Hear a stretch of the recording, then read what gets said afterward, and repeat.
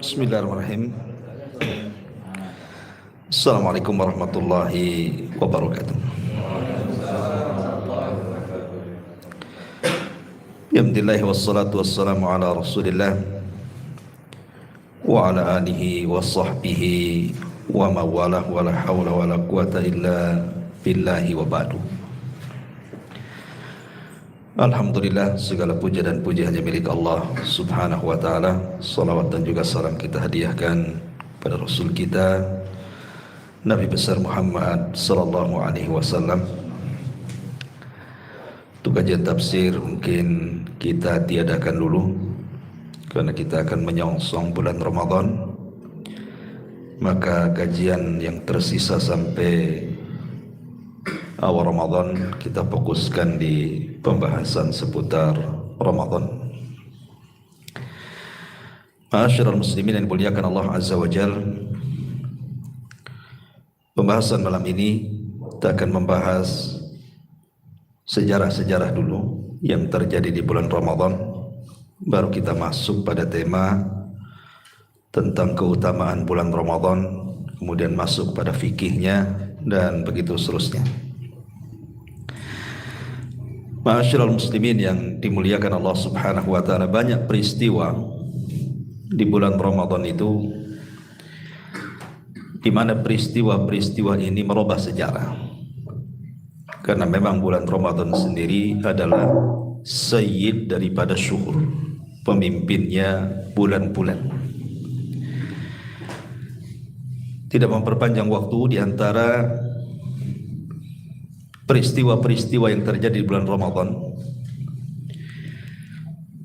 pertama diangkatnya Nabi Isa alaihi salatu wassalam, sebagaimana Imam Hakim meriwayatkan dalam Mustadraknya bahwa Isa ibnu Maryam itu diangkat ketika bulan Ramadan. Kemudian juga yang kedua, nuzulul wahyi, turunnya wahyu, dan juga Al-Quran kepada Nabi sallallahu alaihi wasallam itu tepat di bulan Ramadan. Karena Al-Quran itu turun dengan 3 marhalah. Marhalah yang pertama turun secara keseluruhan 30 juz dari Lauhil Mahfud ke langit pertama, Baitul Izzah. Kemudian dari Baitul Uzza, dan ini yang diisyaratkan di dalam Al-Quran, inna anzalnahu fi lailatul qadar, sungguhnya kami turunkan Al-Quran di malam Lailatul Qadar. Maksudnya turunnya dari Lauhil Mahfud ke Baitul Uzza. Baitul Uzza itu di langit pertama. Baru kemudian dari Baitul Uzza kemudian disampaikan kepada Nabi sallallahu alaihi wasallam lewat malaikat Jibril. Jadi marhalah Al-Quran itu pertama tentu Allah subhanahu wa ta'ala berfirman kepada qalam, kemudian diletakkan di Lauhil Mahfud. Kemudian dari Lauhil Mahfud diturunkan ke Baitul Uzza, dan dari Baitul Uzza baru kemudian turun ke bumi.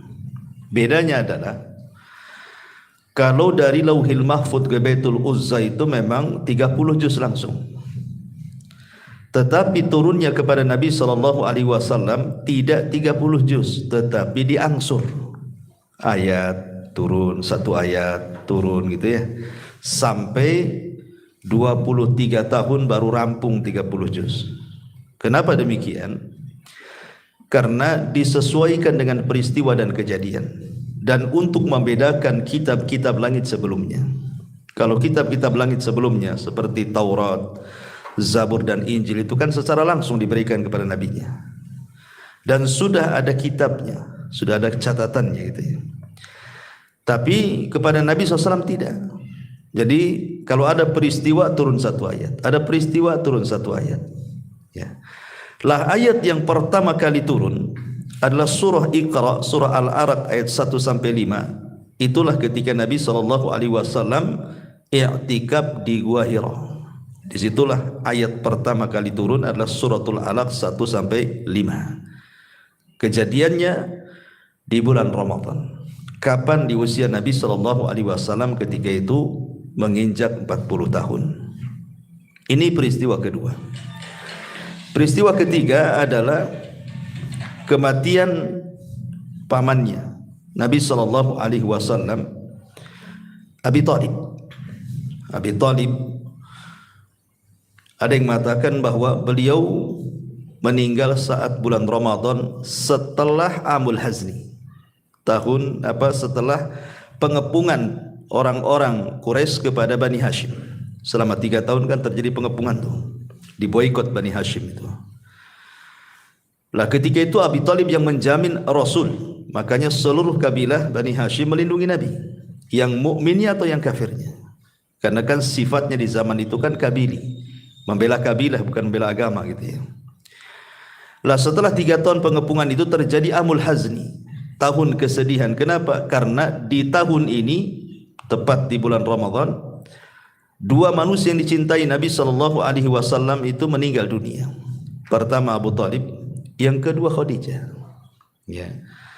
Khadijah juga meninggal di bulan Ramadan. Ada yang mengatakan bahwa Abu Thalib tidak meninggal di bulan Ramadan tapi sebelumnya. Cuman sakitnya itu terjadi di bulan Ramadan tapi meninggalnya bukan di bulan Ramadan. Tapi Khadijah bintu Khuwailid itu memang terjadi di bulan Ramadan meninggalnya. Kemudian juga di antara kejadian-kejadian ini sebelum hijrah. Kejadian-kejadian ini sebelum hijrah. Adapun setelah hijrah, di antaranya kejadian yang pertama adalah ma'ruf, perang yang sangat besar yang menentukan kemenangan Islam yang disebut dengan perang Badar. Dan itu disebutkan di dalam Al-Quran, idza jaa nasrullahi wal fath. Apabila datang pertolongan Allah, maksudnya di Badar dan Fathu Mekah, dua-duanya terjadi di bulan Ramadan. Baik perang Badar ataupun Fathu Mekah itu terjadi di bulan Ramadan. Kemudian juga meninggalnya Fir'aunnya umat ini, Abu Jahal. Meninggalnya Fir'aunnya umat ini, Abu Jahal pun terjadi di bulan Ramadan. Karena memang meninggalnya di perang Badar, Abu Jahal ini. Kemudian tahun kedua Hijriah, di antara yang terjadi di bulan Ramadan adalah meninggalnya putri Nabi sallallahu alaihi wasallam, Ruqayyah. Ruqayyah meninggal di tahun kedua setelah terjadi perang Badar. Jadi pulangnya Rasul dari perang Badar, Ruqayyah meninggal. Dan Ruqayyah adalah istri Utsman ibn Affan radhiyallahu anhu. Kemudian juga pada bulan yang sama, pada tahun yang sama, pada bulan yang sama juga, di sini dijelaskan Nabi sallallahu alaihi wasallam ba'da audatihi sallallahu alaihi wasallam min Badrin mubasyarah, kanat sariyatu qatli Asma binti Marwan allati kanat mimman yu'dhin Nabiy sallallahu alaihi wasallam. Terbunuhnya Sariyah. Ya, Sariyah itu berhasil membunuh musuh Nabi sallallahu alaihi wasallam yang suka menyakiti Rasul, namanya Asma bintu Marwan, seorang wanita yang suka menyakiti Nabi sallallahu alaihi wasallam, juga dibunuh oleh Sariyah Nabi sallallahu alaihi wasallam. Itu juga terjadi bulan Ramadan. Kemudian tahun ketiga Hijriah, Fatimah radhiyallahu anha melahirkan Hasan. Jadi lahirnya Hasan ibn Ali itu terjadi di bulan Ramadan juga. Kemudian juga menikahnya Nabi sallallahu alaihi wasallam dengan Zainab bintu Huzaimah. Rasul menikah dengan Zainab bintu Huzaimah di tahun ketiga di bulan Ramadan, juga terjadi di bulan Ramadan. Kemudian tahun kelima Hijriah terjadi fitnah besar kepada Aisyah radhiyallahu anha. Aisyah dituduh berzinah dengan Safwan ibn Mu'attil. Kemudian turun ayat tentang berlepas dirinya Aisyah dari perbuatan zina yang dituduhkan orang-orang munafik. Lah turunnya ayat tentang bara'ah bahwa Aisyah tidak melakukan zina dengan Safwan ibn Mu'attil itu terjadi di bulan Ramadan. Kemudian juga pada tahun ke-6 Hijriah, Nabi SAW mengutus Sariyah Zaid ibn Harithah ke Bani Fazarah, sebagaimana disebutkan dalam Tarikh Ibnu Hisham. Kemudian Nabi SAW mengutus juga Sariyah Ghalib ibn Abdillah. Ini juga di antaranya Sariyah itu maksudnya pasukan yang tidak dipimpin Nabi SAW. Ini dua Sariyah ini terjadi juga di bulan Ramadan pada tahun ke-6. Kemudian tahun ke-8 dari hijrah, di sini terjadi Fathu Makkah, dan itu pun terjadi di bulan Ramadan. Kemudian Nabi SAW mengutus Khalid ibn Walid setelah Fathu Makkah untuk menghancurkan berhala Uzza. Itu terjadi di bulan Ramadan. Jadi Khalid ibn Walid ketika disuruh oleh Nabi SAW menghancurkan berhala, namanya berhala Uzza, itu terjadi di bulan Ramadan juga. Kemudian kembalinya Nabi SAW dari perang Tabuk, dan itu tahun ke-9 Hijriah. Ya, artinya kemenangan Nabi SAW di perang Tabuk itu juga setelah pulang tepat di bulan Ramadan. Dan begitu seterusnya. Ini diantara peristiwa-peristiwa besar, termasuk pensyariatan adzan. Itu juga di bulan Ramadan. Kemudian pembebasan Andalus itu juga terjadi di bulan Ramadan, termasuk juga pendirian Al-Azhar Mesir. Ya, ma'ruf ya, kuliah sana di Al-Azhar Kairo, itu juga terjadi di bulan Ramadan. Kemudian peperangan Hittin, kemudian pembebasan negeri Antakya, dan begitu seterusnya. Itu terjadi di bulan Ramadan. Ini dari sisi sejarahnya. Taib, saya kira tidak perlu diperpanjang sisi sejarah. Kita masuk pada pembahasan kita tentang menyongsong bulan Ramadan. Khawatu fiddin muliakan Allah Subhanahu wa taala. Di dalam Al-Qur'anul Karim ada ayat yang masyhur sekali. Kalau kita datang di bulan Ramadan mesti ayat ini dibaca. Saya kira antum hafal. Kalau antum tak hafal berarti tidak pernah menemui bulan Ramadan. Ya ayyuhalladzina amanu kutiba alaikumusiyam kama kutiba alal ladzina min qablikum la'allakum tattaqun. Wahai orang-orang yang beriman, ingat kalimat wahai orang-orang yang beriman, kata Abdullah bin Mas'ud radhiyallahu anhu. Panggilan wahai orang-orang yang beriman ini bukan panggilan biasa, tapi ini panggilan kejutan.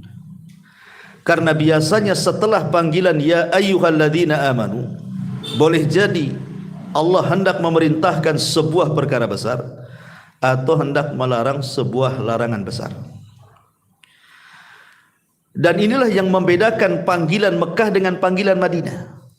Kalau Nabi berdakwah di Mekah itu panggilannya ya ayyuhan nas.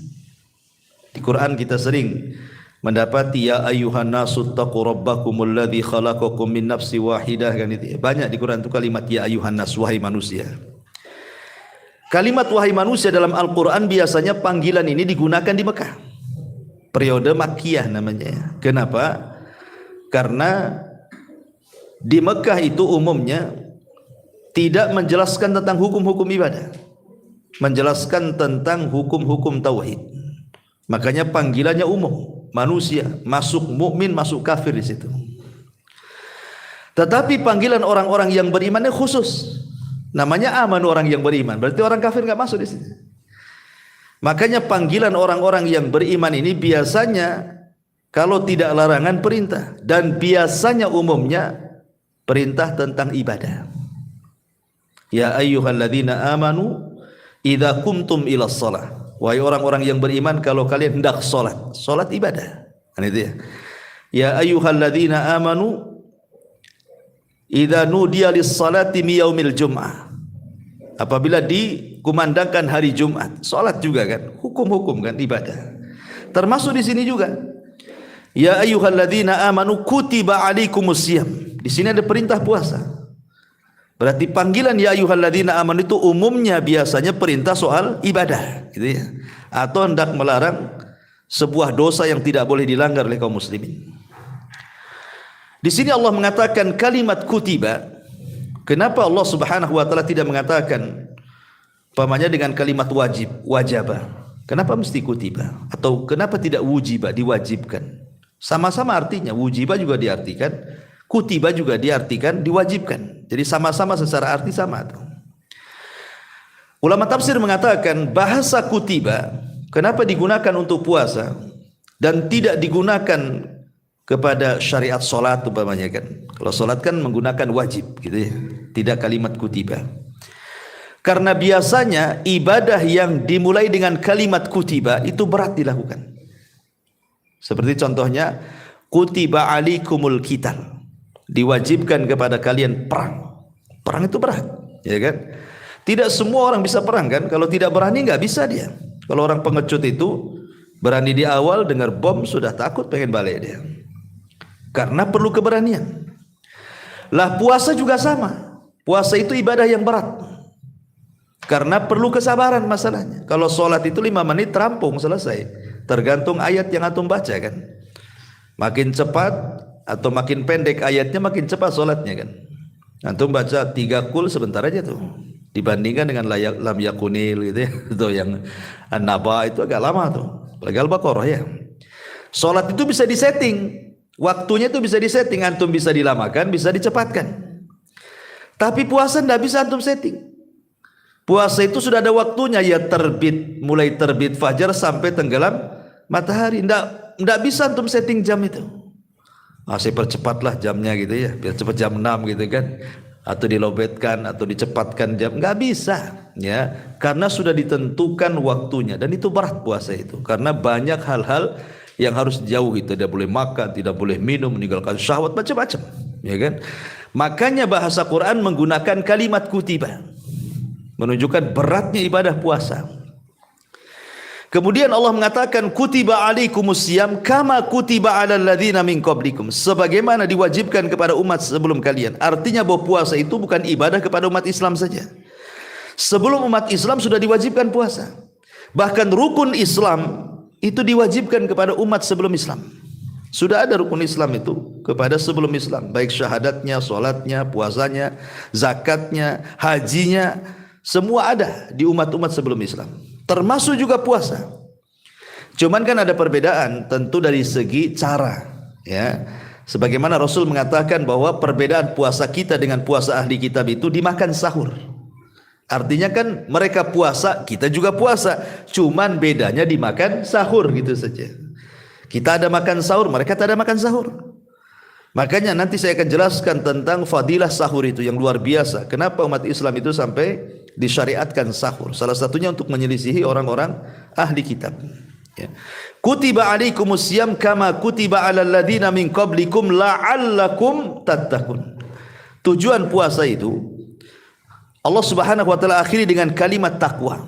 Allah tidak mengatakan kenapa kalian puasa supaya kalian lapar, tidak. Supaya kalian haus, tidak juga. Supaya kalian merasakan orang-orang susah itu tidak makan, tidak minum, tidak juga. Tapi Allah akhiri dengan kalimat takwa. Supaya kalian takwa.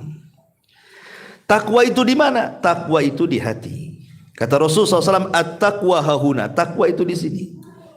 Kemudian wa yushiru ila sadri, dia mengisyaratkan ke jantungnya. Disinilah takwa.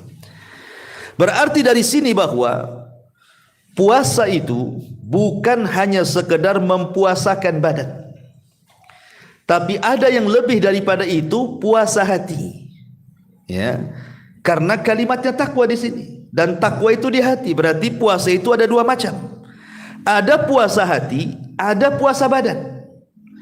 Dan puasa hati itu jauh lebih mulia dibandingkan puasa badan. Puasa hati itu jauh lebih mulia dibandingkan puasa badan. Karena yang menentukan pahala dan tidaknya puasa badan itu adalah puasa hati. Makanya orang yang sedang berpuasa, kata Rasul, kemudian ada orang yang mengajak bertengkar, apa kata Rasul? Tinggalkan, katakan kepada dia, ini mru'un shaim, maaf saya puasa. Ya kan? Supaya menjaga hatinya di sini. Jangan dilayan gitu ya. Tapi titik sampai di sini, jangan dikasih koma. Nanti habis buka. Jangan.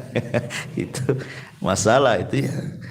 Di sini ikhwatul fillah muliakan Allah Azza wa Jalla. Pertanyaan, kenapa puasa itu membuahkan takwa? Ini penting kita bahas ya.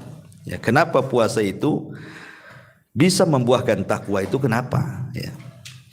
Ma'asyiral muslimin yang dimuliakan Allah Azza wa Jalla, puasa itu adalah menghindarkan seseorang dari berbagai macam syahwat.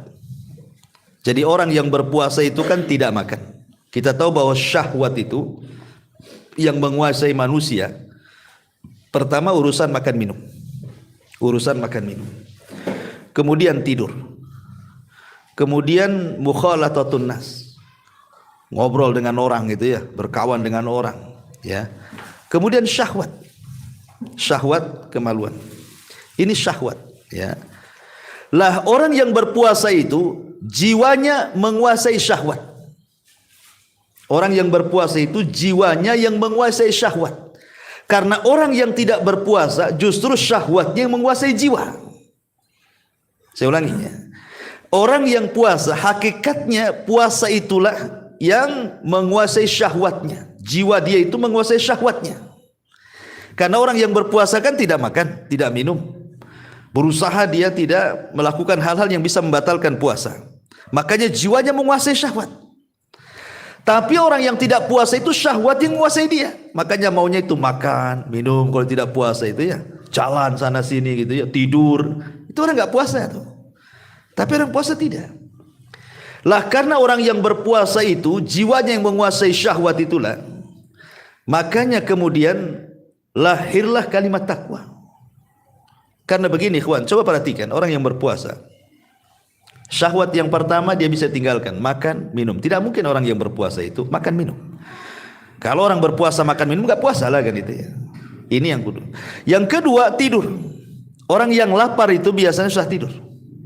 Orang yang lapar itu pasti susah tidur. Makanya banyak orang yang beralasan kenapa dia harus makan malam itu supaya bisa tidur. Aduh badan saya gemuk ini, kenapa? Tidak bisa saya kalau nggak makan malam itu tidak bisa tidur. Kan ada istilah seperti itu ya. Artinya orang lapar itu pasti susah tidur. Cuman aneh kalau kalau orang puasa kok tidur terus, ini aneh ya.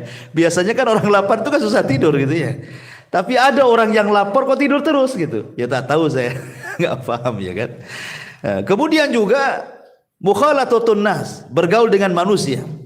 Orang puasa kan malas bergaul manusia, apalagi siang-siang diajak main. Ayo kita keluar panas-panas gitu kan, nggak akan mau. Orang yang berpuasa itu cari yang teduh biasanya. Apalagi pas terik matahari ya, lain kalau pas teduh kayak gini. Tapi kalau pas panas-panas terik matahari, nggak ada orang yang mau keluar jalan-jalan tuh, kecuali kalau udah sore-sore ngabuburit tuh kan, lain cerita kan. Tapi kalau siang-siang mana mau? Artinya orang yang berpuasa itu sedikit jalan-jalan dia dengan kawan-kawannya itu. Termasuk juga orang yang berpuasa syahwat seksnya juga menurun. Sehingga betul-betul hawa nafsunya itu dikuasai.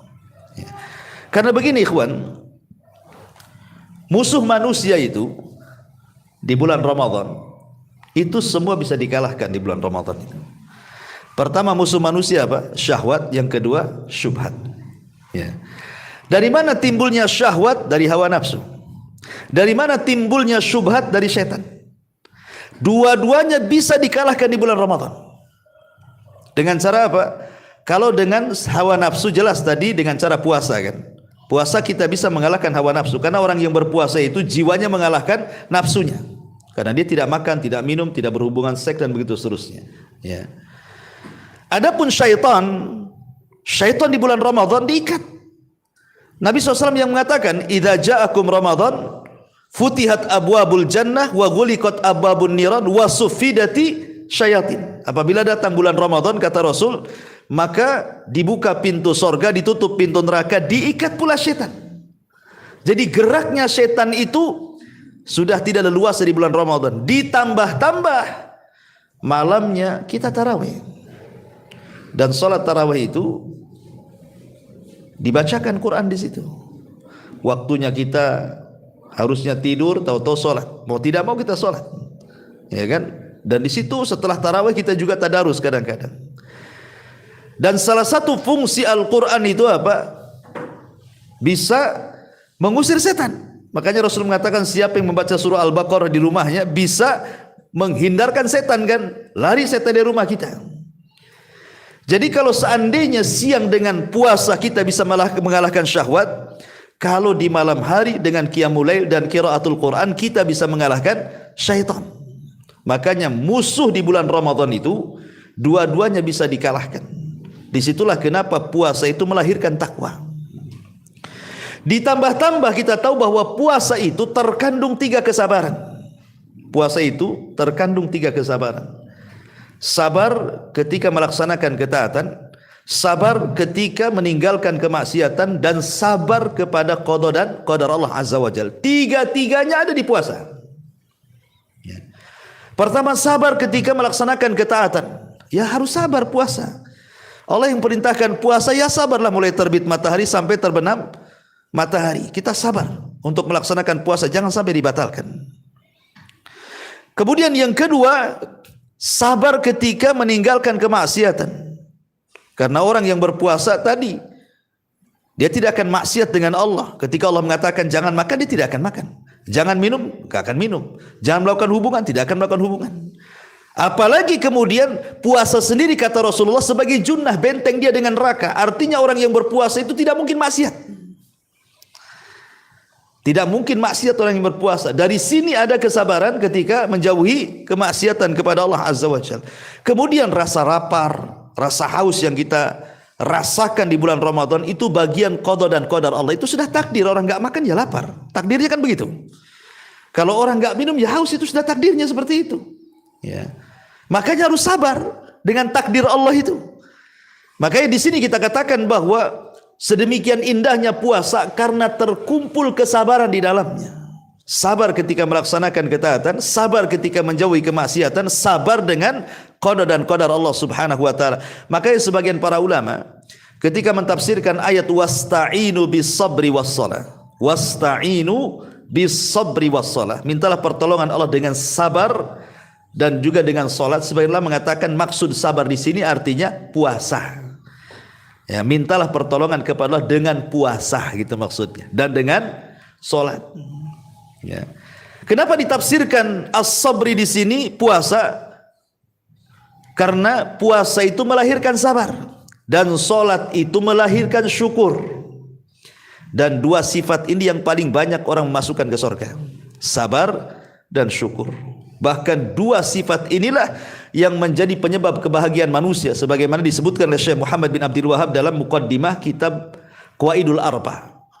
Di antara 3 kunci kebahagiaan: apabila ditimpa musibah sabar, apabila dikasih nikmat syukur, apabila berdosa dia istighfar.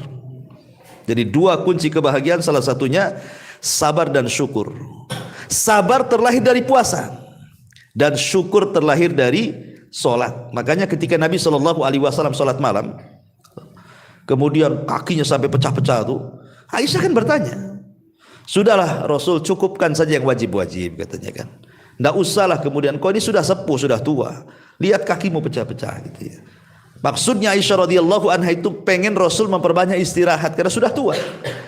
Maka Rasul SAW mengatakan di hadapan Aisyah ummul mukminin, afala akunu abdan syakura. Hei Aisyah, salahkah aku menjadi hamba yang bersyukur? Dari sini kita tahu solat malam melahirkan syukur, karena Rasul yang mengatakan seperti itu. Ya. Adapun puasa melahirkan sabar, karena tadi saya katakan dalam puasa itu terkandung 3 kesabaran tadi.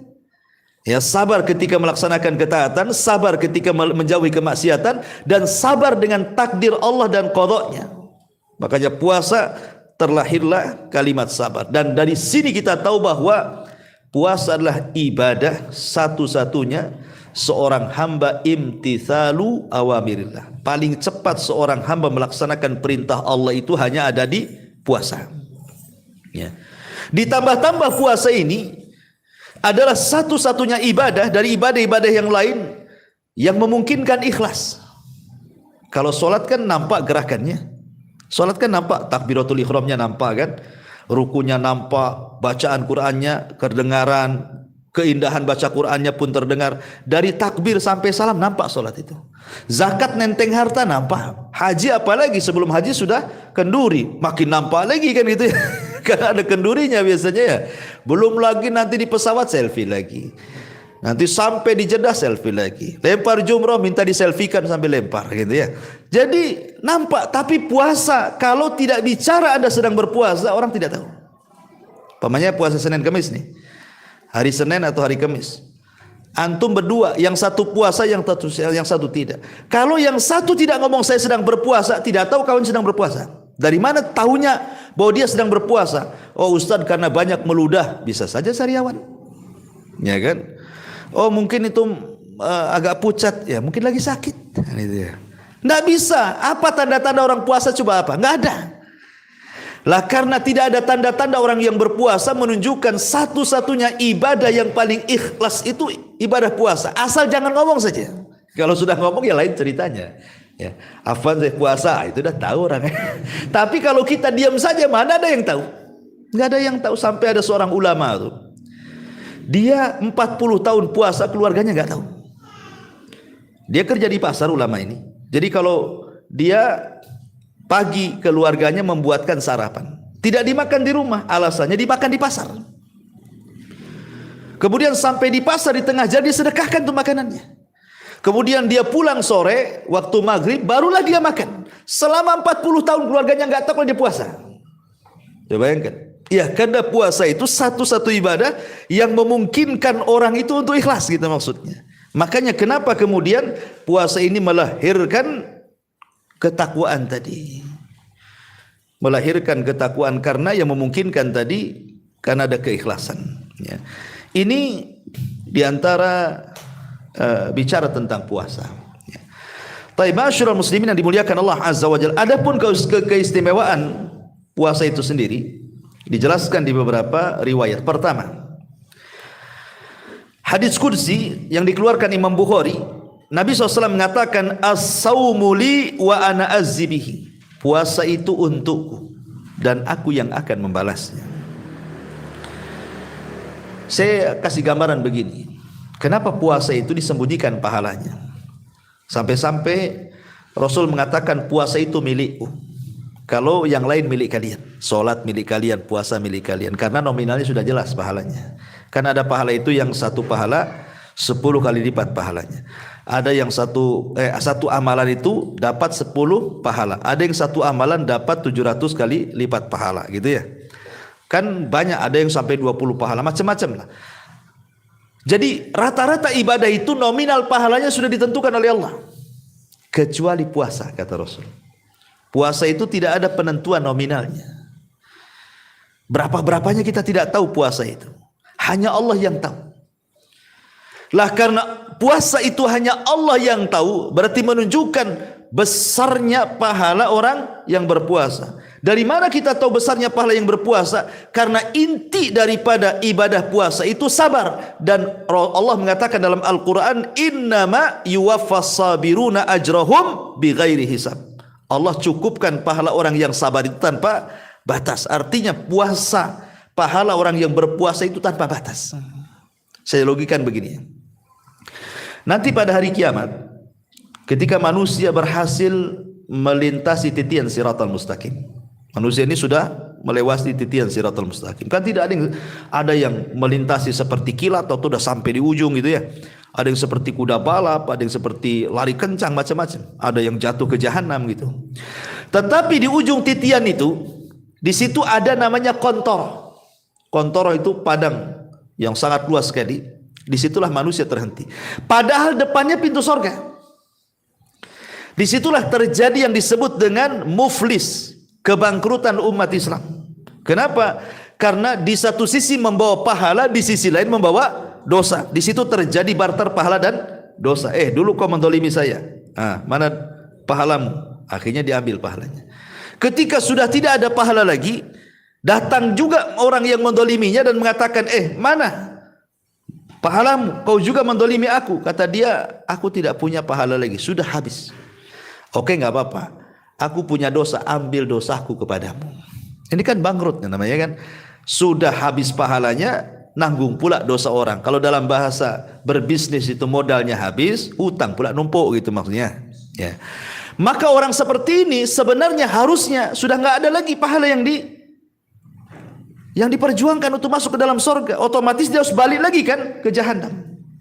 Lah ada orang-orang yang ketika sudah ludas pahalanya karena dikasih-kasihkan orang itu, tiba-tiba ketika dia sudah putus asa dan dia akan masuk ke dalam jahanam, Allah datang kepadanya dan mengatakan, engkau masih punya pahala banyak. Kemudian Allah menunjukkan pahala puasanya. Ini loh pahalamu masih banyak, gitu ya. Inilah yang dimaksud hadis Nabi, as-saumu li wa ana azzibihi. Puasa itu milikku kata Allah, aku yang akan membalasnya.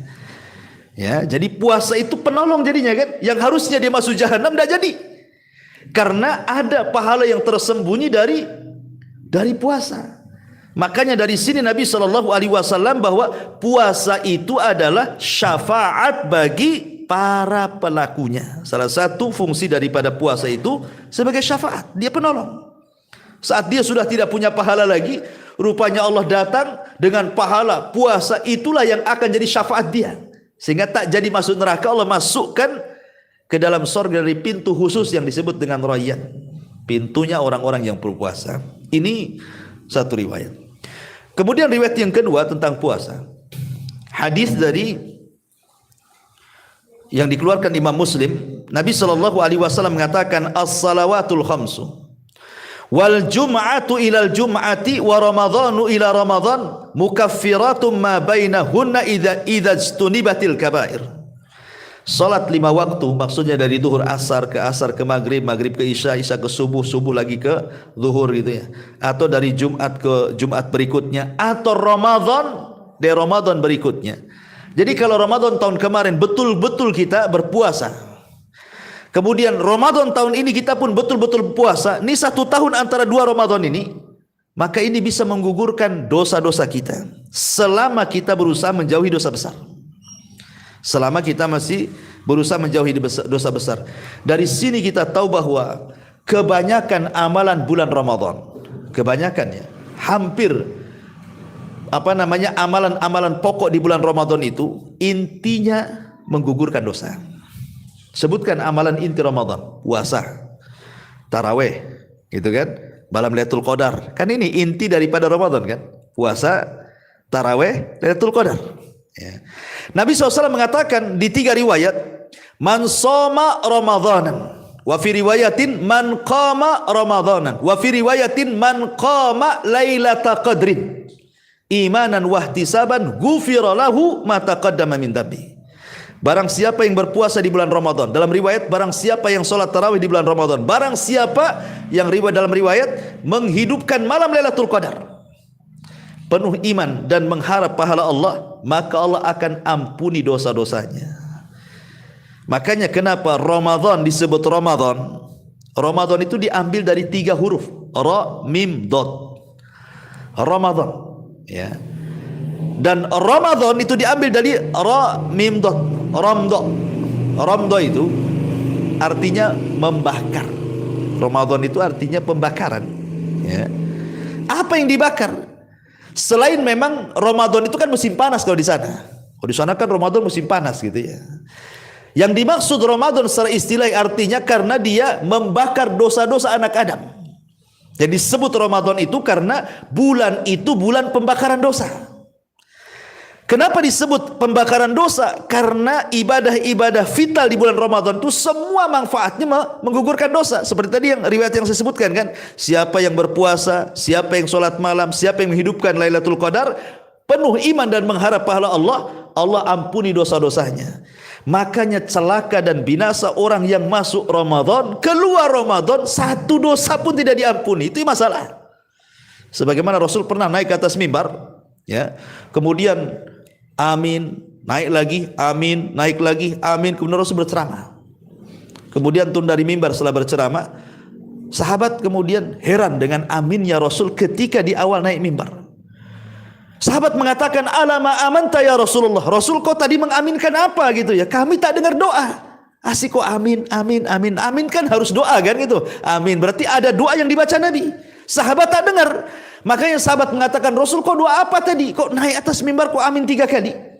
Maka Rasul menjelaskan, adapun tadi Jibril datang kepadaku saat aku naik mimbar, dia minta diaminkan doanya, ku aminkan. Salah satunya Jibril meminta diaminkan doanya adalah ragima anfu rajulin adraka Ramadan falam yughfar lahu min dzunubi. Celaka dan binasa orang yang masuk Ramadan satu dosa pun tidak diampuni. Maka ku aminkan, Jibril pun amin. Bayangkan kalau yang berdoa Jibril, yang mengaminkan Rasul, yang menyaksikan para sahabat, siapa lagi doa yang dikabulkan? Ya kan? Maka binasalah orang-orang yang masuk Ramadan satu dosa pun tidak diampuni.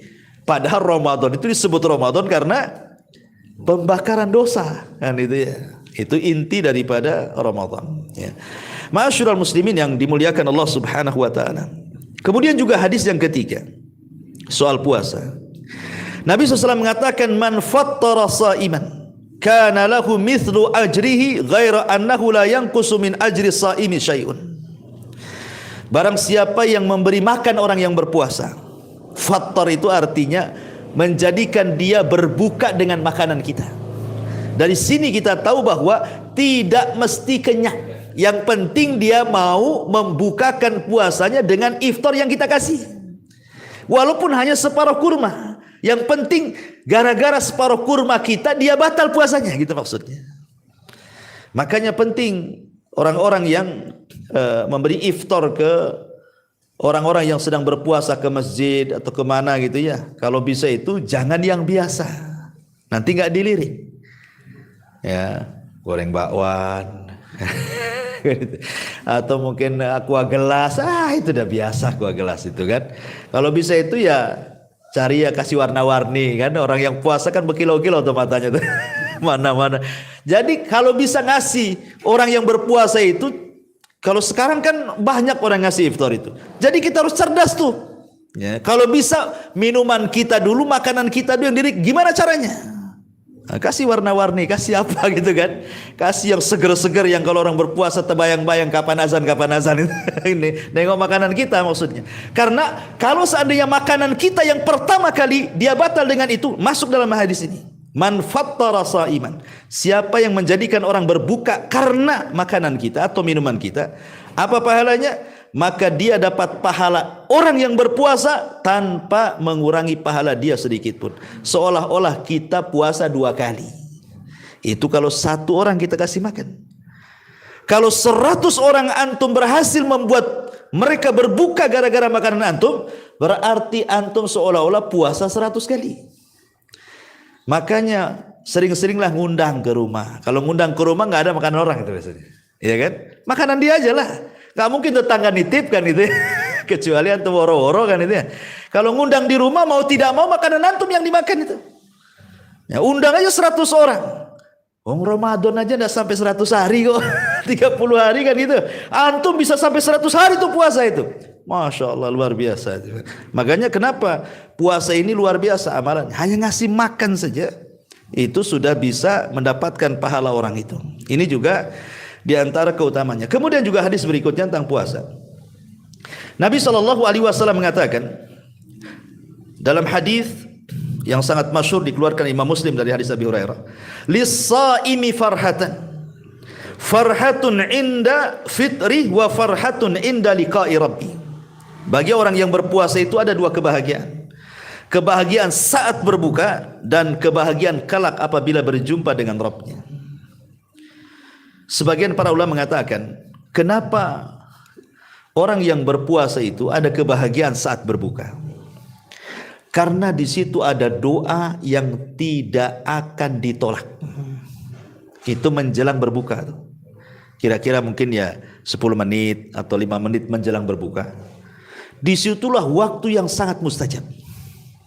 Sampai-sampai para ulama salaf menganjurkan doa yang antum baca di situ cuman 1. Minta kepada Allah agar antum dibebaskan dari api neraka. Karena setiap malam di bulan Ramadan itu Allah memerdekakan di antara hamba-hambanya akan terbebas dari api neraka. Dan kalau seandainya dicatat saja seumur hidup kita ini, Kita ini seumur hidup kita selama berjumpa dengan Ramadan itu, anggap usia antum sudah 40, 50, itu ya, berarti sudah berRamadan antum dapat itu. Cukup satu Ramadan saja. Dalam satu malam saja cukup, nggak usah dalam 30 malam, satu malam saja. Allah takdirkan di antara kita itu, Allah catat bahwa kita tidak akan masuk neraka, selamanya antum tidak akan masuk neraka. Cukup satu kali saja. Tapi kan kita tidak tahu apakah kita termasuk orang dicatat atau tidak kan itu. Makanya menjelang berbuka itu, disitulah waktu-waktu doa antum berdoa kepada Allah. Ya Allah, merdekakan aku dari api neraka. Ya Allah, merdekakan orang tuaku yang sudah meninggal dari api neraka. Ya Allah, merdekakan istriku, anakku, orang-orang yang kucintai dari api neraka. Itu yang antum doa di situ.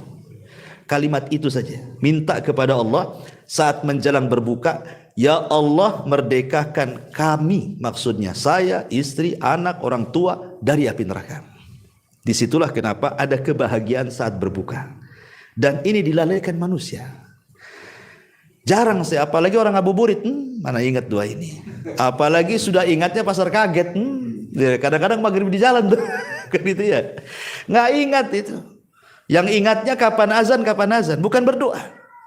Maka saya istilahkan itu, kadang-kadang biar mempercepat azan itu sibuk cari remote TV kan. Mana channel Jakarta, bukan channel Batam. Itu kan duluan sana tuh. Berapa menit bedanya itu kan. Ya, nggak boleh kita cari channel sana. Kita harus ikut waktu Batam. Ya, tetap tidak boleh ikut channel luar. Apalagi yang paling cepat tuh, mana daerah mana yang bedanya setengah jam dengan kita gitu ya. Tengok tayangan TV. Jadi intinya bahwa kenapa di sini Rasul mengatakan di situ ada kebahagiaan saat berbuka? Karena di situ ada doa yang tidak mungkin ditolak. Ini dilalaikan manusia ini. Sebelum berbuka 5 menit jadilah kan itu ya. Kemudian yang kedua, farhatun inda liqa'i rabbi. Dan dia akan mendapatkan kebahagiaan saat berjumpa dengan Allah Subhanahu wa taala. Artinya dia diberikan kenikmatan oleh Allah Subhanahu wa taala akan nanti pada hari kiamat memandang wajah Allah. Dan ini tidak ada kenikmatan yang lebih mulia dibandingkan ru'yatullah. Seindah-indahnya sorga yang tidak bisa dilihat mata, didengar telinga, terlintas pun tidak bisa. Tidak seindah melihat wajah Allah. Karena itu puncak dari kenikmatan penduduk sorga. Dan itu akan didapati orang-orang yang berpuasa. Karena orang yang berpuasa dapat 2 kebahagiaan. Bahagia saat berbuka dan bahagia saat berjumpa dengan Allah Subhanahu wa taala. Baik, kemudian hadis berikutnya, hadis yang dikeluarkan Imam Bukhari dari Nabi sallallahu alaihi wasallam, inna fil jannati baban yuqalu lahu rayyan yadkhulu minhu as-sa'imuna yaumal qiyamah la yadkhulu minhu ahadun ghairuhum yuqalu aina as-sa'imun fayakumuna la yadkhulu minhu ahadun ghairuhum fa idza dakhulu ughliqa falam yadkhul minhu ahad. Dari Nabi SAW, di sorga itu kan, sorga itu kan memiliki 8 pintu ya, beda dengan neraka. Kalau neraka itu 7 pintu, kalau sorga itu 8 pintu. Kenapa dilebihkan 1? Kenapa tidak sama? Ya, neraka dibuat 8 juga gitu ya. Ini enggak, neraka 7 pintu, sorga 8 pintu. Dilebihkan 1 itu maksudnya untuk menunjukkan bahwa rahmat Allah lebih luas dibandingkan murkanya. Bahwa rahmat Allah itu jauh lebih luas dibandingkan kemurkaannya. Sampai ke pintu neraka saja disedikitkan dibandingkan pintu sorga. Lah di antara pintu-pintu sorga itu ada namanya pintu rayyan. Jadi ketika Nabi SAW bersabda, sayati alaikum zaman kadidu minaz ziham, akan datang zamannya kalian berdesak-desakan di pintu sorga. Oke, berdesak-desak nggak bisa masuk ke sorga karena pintunya nggak bisa dibuka. Yang bisa membuka pintu sorga cuma Nabi. Maka ketika Nabi SAW mendekati pintu sorga, kemudian mengetuk, kemudian malaikat Ridwan menjawab, akhirnya semua pintu sorga itu terbuka. Masing-masing di pintu sorga itu ada penyeru. Menyerukan apa? Menyerukan setiap ibadah yang dilakukan hamba-hambanya. Kalau di dunia ahli solat, maka akan dipanggil, hei ahli solat, masuk dari sini.